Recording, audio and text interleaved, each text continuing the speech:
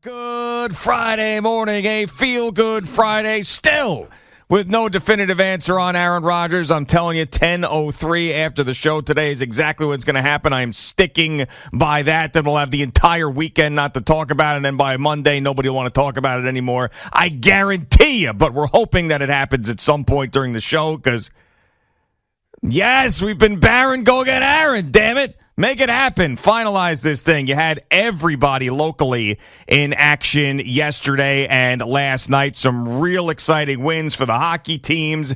You also had the Knicks making a game of it, but unfortunately Jalen Brunson comes out of the game, and it's back-to-back losses. But, man, that was some exciting finishes to both the Rangers and the Islanders last night. So we got it all for you, and hopefully breaking news at some point during the day. And, of course, when we say we have it all, we've got more Kyrie Irving on Twitch that happened yesterday. So now Dallas knows exactly who they're dealing with if they didn't know already. Good morning, Boomer. How are you? I'm doing good. Think about the Dallas Mavericks with Kyrie Irving and now Kevin Durant out for 3 to 4 weeks with the Phoenix Suns. That's basically what has happened around here.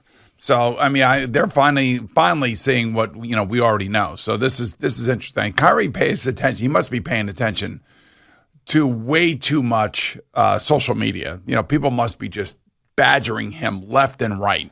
And whether it be because they're betting on games like he's alleging or it's parlays or whatever, I mean, he just pays way too much to that stuff. He should be above all of that. He's probably made $250 million in his life. He's got a lot of good things that he does. He's a great basketball player. It's just that he's absolutely entrenched in all of this social media nonsense. I don't know why.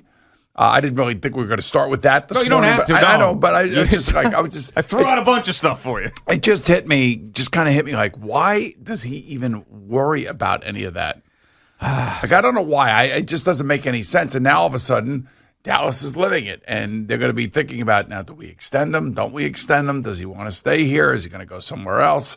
I mean, this is really, it's troubling again. I don't know what else to tell you. He's allowed to give you his opinion, but he's given opinions to people who are probably badgering him on social media.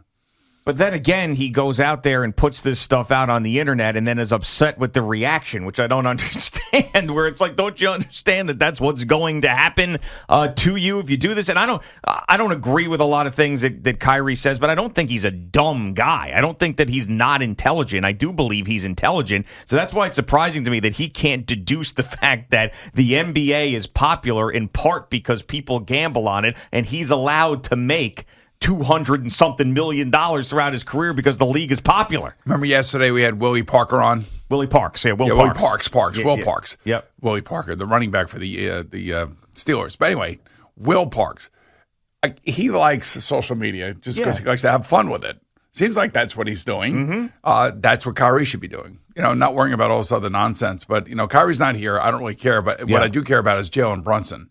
And I don't know what's going on with his foot. I don't know if it's plantar fasciitis. I don't know if it's a strained arch. I don't know what it is. But it's obviously, the inconsistencies of Emmanuel Quickly now. This is 2 games in a row where he all of a sudden can't shoot anymore. Yep. And, that's kind of part of, the Knicks problem is that they're inconsistent and they have inconsistent players. The one that's not inconsistent, actually the 2 that are really not inconsistent are Jalen Brunson and I would tell you R.J. Barrett. R.J. Barrett just goes out and gets 25 points every night, I feel like. But when guys were shooting like they were last night, and Julius Randle did not have a great night either, and you're playing against a surprisingly good Sacramento Kings team who are the highest scoring team in the NBA. And they're quick. They're fast. I know. And where did they come from? Yeah, it's just a lot of top of the draft players that finally have been working out for him, and a guy like Malik Monk, who is just sort of like last night he takes over. But that video they just played on CBS Sports Network of Jalen Brunson walking back to the locker room gingerly with nothing on his foot. It's alarming. Now, Tom Thibodeau said after the game, it's like, just a re-aggravation. Haven't talked to the doctors yet, trying to downplay it. But obviously, the entire air comes out of the balloon for the Knicks if this guy isn't 100% healthy heading into the postseason. And that's why that Charlotte Hornets game was so important. Yeah. And I would just say now they got to regroup, and let's say Jalen's not going to play this weekend in L.A., where they got the Clippers and the Lakers back-to-back. Now it's back to Quickly, it's back to Grimes. You got to get more guys on the court, and I would just say that this is it's amazing how they came off of this 9-game winning streak and everybody's flying high, and this happens to a lot of teams. It happens in all these sports, and because it's happened to the Rangers, the Rangers all of a sudden were playing great and then hit the skids, and then you had the spitting incident by Keandre Miller. Then you before that you had the lingering injury. Then you're trying to acquire Patrick Kane. Then you got to play short. And then you're not playing two guys who are dressed in a game. I mean, the chaos that ensues when you start playing like they've played the last 2 games, and you see it, and somehow you got to stop it. And that's really, to me, that's where the coach comes in. Yeah, and right now, Tom Thibodeau, being a coach in the NBA, though, you either have your best players or you don't.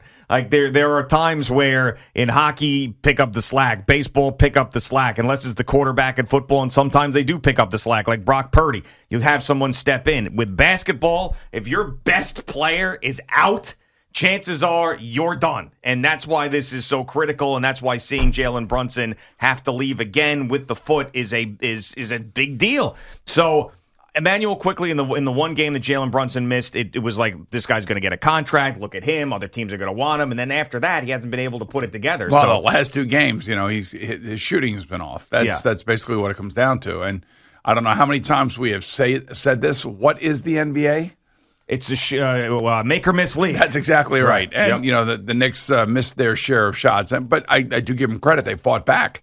I didn't watch the second half. Right. Well, right. So I came in this morning and I watched the final 10 minutes. Yeah. And it was, I give them credit. I mean, they're obviously playing against what I felt like was a much faster team, and just they were flying up down the court. I mean, it was like, reminded me of the Devils on the ice. Yeah. It's up and down, and it's just balls to the wall basketball. And it's going to be interesting to see what happens with Jalen. I don't think Jalen Brunson is going to play for another week. I can't see it. I just cannot see it. There were 2 things. There's so much positive momentum, and there still is for the Jets, and there still is for the Knicks. But both of these franchises that have been starved for positivity for years and years and years. Prior to the last couple of days, it's like all this momentum's moving and Aaron Rodgers moving, but it's silent now. And then the Jet fan collectively is holding their breath. And the Knicks fan now, after a couple of losses and Jalen Brunson with the injury, that's now going back to, oh my God, why did I let myself get all worked up about my team? Something bad is going to happen, and it has. So Jalen Brunson's got to get healthy. They got to get back on the trajectory they were on, and Aaron Rodgers needs to come to the Jets. But if he doesn't get healthy and Aaron Rodgers doesn't show up in the Florham Park, then we're talking about this fan base is feeling the same way about their teams that they always do, which is you're teasing me and then you punch me right in the face. Don't you feel, though, like with the Jets, the players are all in too now? Oh, yeah. I mean, you could just follow pretty much all those guys on Twitter, and you could see whether it be Sauce Gardner or whether it be Will Parks or any of these guys.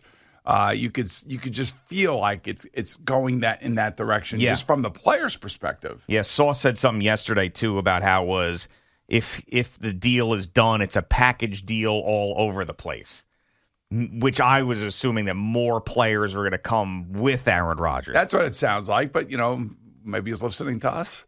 Yeah. You know what I'm saying? Yeah, maybe. I don't know. I mean, I don't know if Sauce is checking it out. He could, after Will Parks was on, but Sauce basically was like, I can't tell you the names, but it's going to be a package deal. So it sounded like he knew something, that someone had told him in the organization and that would be strange to me, though. Do you think like he would be privy to those conversations? I think it comes from other players, and maybe players who have the same agent as he has. Okay. There's a million ways for players to acquire information that we don't have. Right. And a lot of that has to do with, guys kind of linked and working out together and having the same agency and going through the draft. I mean, you never know whose Sauce's sources are. Yeah, whose source's source. That is really hard to say. Whose sources sauces are. Can I just say Ahmad? Yeah, it's right. A little bit easier than that. Yeah, so he had last night, I'm just seeing this now. So they posted, Sauce had Breece Hall, Garrett Wilson over. Right, and they talked about Aaron Rodgers. So this is the thing so they burned the cheese head in the driveway. So to be like, hey, listen, so that's a big thing. I love these kids are out of their minds. They're and great. I love that because they have personality. They bring energy, and I'm telling you, if they get once once Aaron Rodgers gets here, it's going to be like energy personified for him. I think it should kind of like make him happy to be around like a group of guys like this, a new place. Yeah, a coach who I would say is a very positive oriented coach. Oh, no doubt. I'm not sure about how he handles games and all that other stuff, but a very positive oriented coach. I mean, it's just going to be a completely different feel for Aaron Rodgers. It would be kind of an awkward feel because kind of like when Tarasenko and Mikola got here, and then, of course, Kane got here. Mott, well, he got hurt again, just like he did last year. But the point being is it takes a while for these guys to kind of adjust to a new team and a new situation. And for the quarterback, hopefully he comes here in the OTAs and he feels the energy of these guys. Oh, sure, especially because he's leaving a place that doesn't want him anymore. My last year in Cincinnati, I didn't realize how good our team was until I was able to play on the field with them. And when I was able to get on the field with them, and they brought so much energy to me as a player that I fed off of their energy as much as they fed off of my experience. And listening to me in the huddle and doing what I was asking them to do was a profound effect on me as a player. It's like one of the best 6 weeks runs I've ever had in my career was my final 5 or 6 games that I played with Cincinnati, just because of the youth. And like Corey Dillon was a rookie. Yeah. Willie Anderson was in his second year. Like he was a big offensive tackle, great offensive tackle for the Bengals, who went into the Ring of Honor last year. He did, yes. And rightfully so, by the way. An all-pro 4 times. Yeah, no, he had a great career. People would never know that because who's Willie Anderson to them? Sure. They don't know around here, but we do. But the point being is that I think the same thing can happen for Aaron Rodgers here. Like he can get re-energized. I thought Tom Brady was re-energized when he got to Tampa, and they were saying, okay, who do you want? Get me Leonard Fournette. Get me Antonio Brown. Get me Rob Gronkowski. Bring some guys in that I want and I want to be able to play with because I want to be able to run the ball as well as throw the ball, but I also want to have one of my guys around me. Yeah, and Aaron Rodgers' last game that he played last year, he lost to a team like the Jets. It's like this new sort of youthful energy on the way up type of team in the Detroit Lions, and now he would be joining a team like that. So without it, this was the exact quote, by the way, with Sauce with the package deal. He said, "It's package deals all over. I can't tell y'all who, but just know."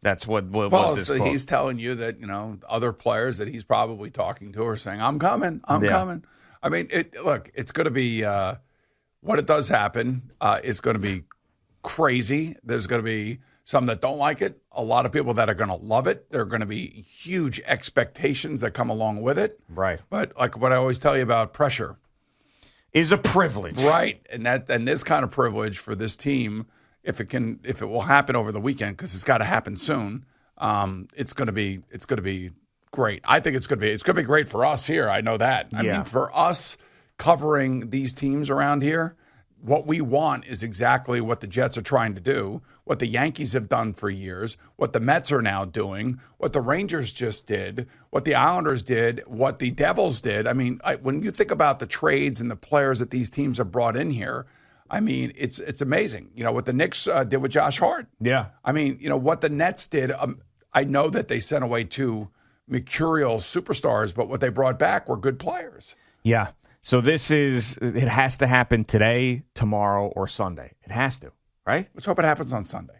Well, yeah. Well, let's hope it happens in 10 minutes. Yeah, well, I would like to hope that it happens before 10 o'clock this morning, which I don't think that's going to happen. But, I mean, when I say that, I'm not just saying it for, like, it has to, right? The Jets, they need to know by Monday with the tampering period with the free agency. They have to know. Of course they do, because they want to know who, Aaron would like for them to sign and things of that nature. I don't know what would be really holding any of this stuff up. And why would you want to announce anything on a Friday anyway? I mean, Friday's usually a dump.